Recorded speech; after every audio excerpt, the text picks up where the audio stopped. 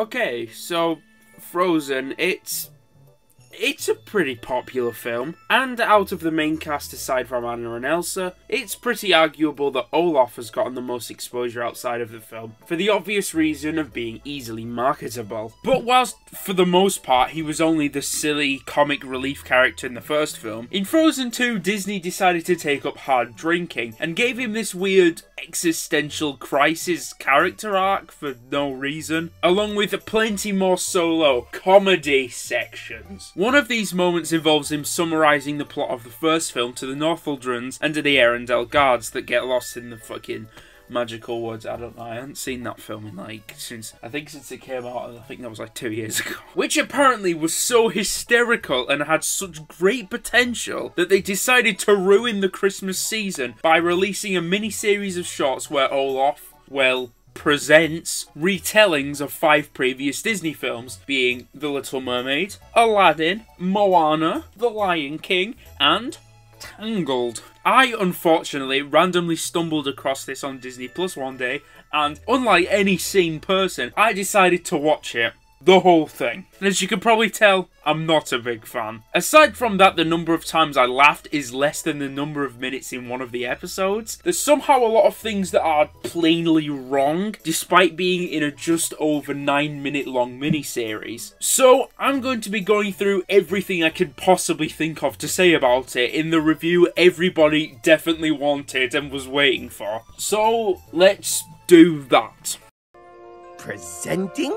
From the off, these shorts immediately have pretty glaring issues that most people with any memory of the films, or the power to look it up online, could point out. Such as the fact that the start of The Little Mermaid is presented in the wrong fucking order. This actually starts a trend throughout the whole thing that makes me think that no one on the production team actually rewatched anything before they made this. Either getting an intern to watch it and report back to them, or just half remembering the whole thing from the time they last watched them. The structure of this short is Ariel and Triton are both introduced, which theoretically might make sense, but it's used to open up with the wanting to be a human thing, which is skipping ahead a bit, presumably to get to part of that world as soon as possible to make sure the audience know what film this is about. So then there's the You want thingamabobs? And the Dingle Hopper bit, but for some reason they immediately follow that with Triton destroying the grotto and Ariel getting upset about it, then with the main iconic shot from the film, and then the saving of Eric and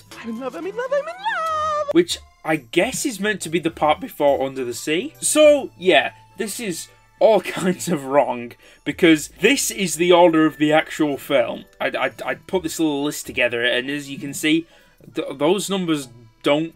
It's not how numbers go up. How little must they have cared about this, that they couldn't even get something as important as the structure of their own story right. This really only serves to fuel my hypothesis about this whole thing that I'll get into near the end. But really from here on out after this, it's not too bad. It's sort of ruined, however, by the use of this really unfunny bit that's lifted straight from the Frozen 2 section. This is reused again in Lion King in an even more unfunny way. So it's clear someone on this mess of a production team thought that the line was a work of genius or something. Presenting? It's almost like they didn't even want to bother with this one, because this short leaves out a solid 29 or so minutes of important context in between the thing with the ocean at the start, like at the start of the film, and then getting to Maui. And they even fuck that bit up, because when Maui's explaining the backstory, he makes it seem like he always knew that the heart belonged to Taka, when it's plainly called the Heart of Te Fiti, and Taka was created in the aftermath of Maui taking it. Some more bits are left out, and Josh Gad keeps singing badly. I am Moana! Like, really, really bad, like, really badly. And there is evidence out there that Josh Gad can sing, because he's done it in the past. Like how he basically helped Dan Stevens and Luke Evans carry the soundtrack of Beauty and the Beast. But here it just sounds like they brought him in for one day of shooting with no time to even read over the lines, while some exec held up line cards in front of him and he just has to improv all of his voices. However, a big positive I have for these shorts is the use of Marshmallow, who's the giant snow golem, and the Snowgies, who are these little snowmen guys, proving that I am just as susceptible to Disney's marketing of small cute characters as everyone else. I'm not really sure why, but I just had a stupid smile every time these guys show up. So their inclusion was probably the best decision made in the entire creative process. Right now, I'm trying my hardest not to nitpick the opening of this one. The first scene is stupid. I mean, the Snowgy is good. The Mufasa part is unnecessary. I, Mufasa, rule in equity and justice over all my subjects. And also eat some of them. Especially because a big part of the film is about preserving the circle of life, and they could have really just replaced this attempt at snark with a line from Zazu in the morning report. Not everyone invited will be coming back from lunch. Same as in Moana, a lot of the build-up is skipped before Mufasa's death, but I'm almost willing to excuse it for how the stampede is presented. Presenting Tangled. A story about a close personal friend of mine. Wow, they really had to put something in about the fucking Tangled Frozen connection, didn't they? They just had to fan that fire. But I am too busy noticing that we have our first actual joke that could even slightly be considered like parody or like satire or anything. They just can't get my nose right. With the use of the running joke from Tangled, but using something other than a carrot because Olaf is a snowman. But then they ruin it all with this. Here comes the smolder. This is probably one of the most horrific things you could find in a Disney film, in a modern Disney film anyways. Why did they do this? Who looked at this and said, okay, why did they use it 3 times? I guess we'll just never know. I get it's a joke in the actual film, but it happened once for like 3 seconds. So why did they put it in 3 times in this? And more pressingly, what the fuck does it look like that? Despite this incredibly glaring problem, this shot is probably the best. Due in part to the Snowgy as the thugs from the tavern and as the king and queen, as well as more than one actually funny moment, such as this. Your smoldering boyfriend is gonna hang! As well as what I feel was an intentionally poor rendition of I See the Light. At last I see the light. And the sudden death of Mother Gothel. Mother Gothel dies! You might not find them funny, but then again, I have been watching Olaf Presents for at least 7 minutes now, so I think that might have lowered my standards a bit, so maybe don't listen to what I have to say from this point onwards.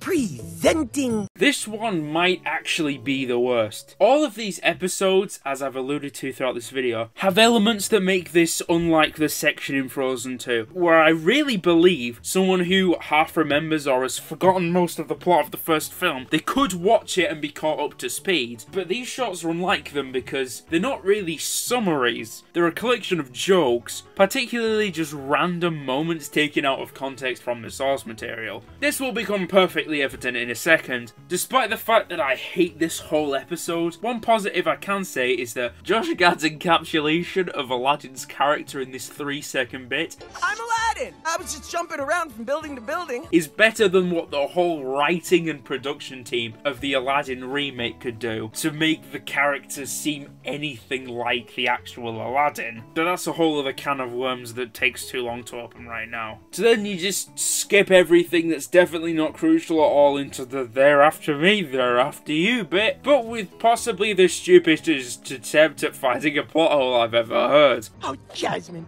if only your dad had full authority to literally change any of the rules he came up with in the first place. Okay, I'm gonna have to unpack this bit for a second. So, first of all, this joke seems to imply that the law relevant to this section is the one that the Sultan changes at the end of the film, where Jasmine can marry just anyone she chooses. However, the conversation that she and the Sultan have a few scenes before she runs away, which is conveniently not shown, seems to focus largely on the law that Jasmine needs to be married before her next birthday. Although the prince thing does relate to that law, which is shown in how the Sultan says that his main concern is about getting her married soon. This is also a basis for that whole little Jasmine marrying Jafar plot. The Trapped. and the My father's forcing me to get married. parts could technically refer to any part of that law, so it's up for debate, but I'm just saying. Also, at this point, why would the Sultan have any reason to change the law?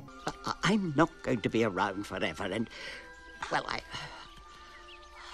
just want to make sure you're taken care of, provided for.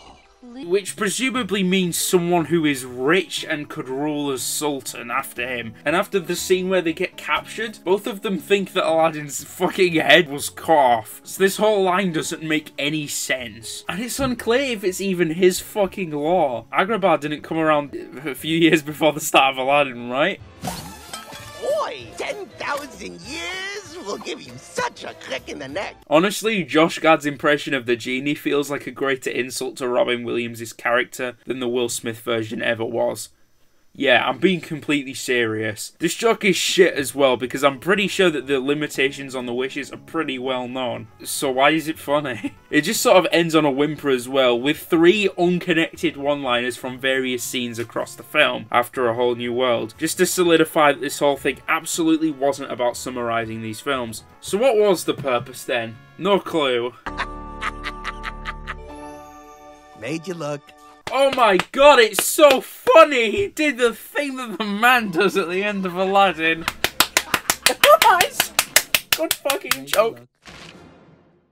So I hope from all of this that you can gather why I don't like this shit very much. But I do want to say most of my hatred for this is not directed towards Josh Gad. Sure, he did start in Adam Sandler's Pixels, but I really can't imagine that he was like Disney's monkey on this one. As I said earlier, a lot of it sounds like they made him come in because he was on contract and presumably he like had to do this or something, or he has to do something, I don't fucking know, and record everything in one day with no rehearsal time. So the blame is really on whoever the fuck wrote and approved this to be released to the general public more than anyone else. So in short, don't watch this. It's bad. Companies parodying stuff that they made in the first place usually isn't funny, and this is no different. It just ends up looking like an embarrassing attempt to appear self-aware. If this is what Disney considers to be a good release, then I just can't wait to see what they've got coming down the pipeline in the future. Anyways, that's the video. Thank you for watching this critique of a 9-minute Frozen video for children, and have a Merry fucking Christmas and a pretty good New Year. I want to wish you a Merry Christmas. Yes, I want to wish you a Merry Christmas. No, really. I want to wish you a Merry Christmas from the bottom of my heart.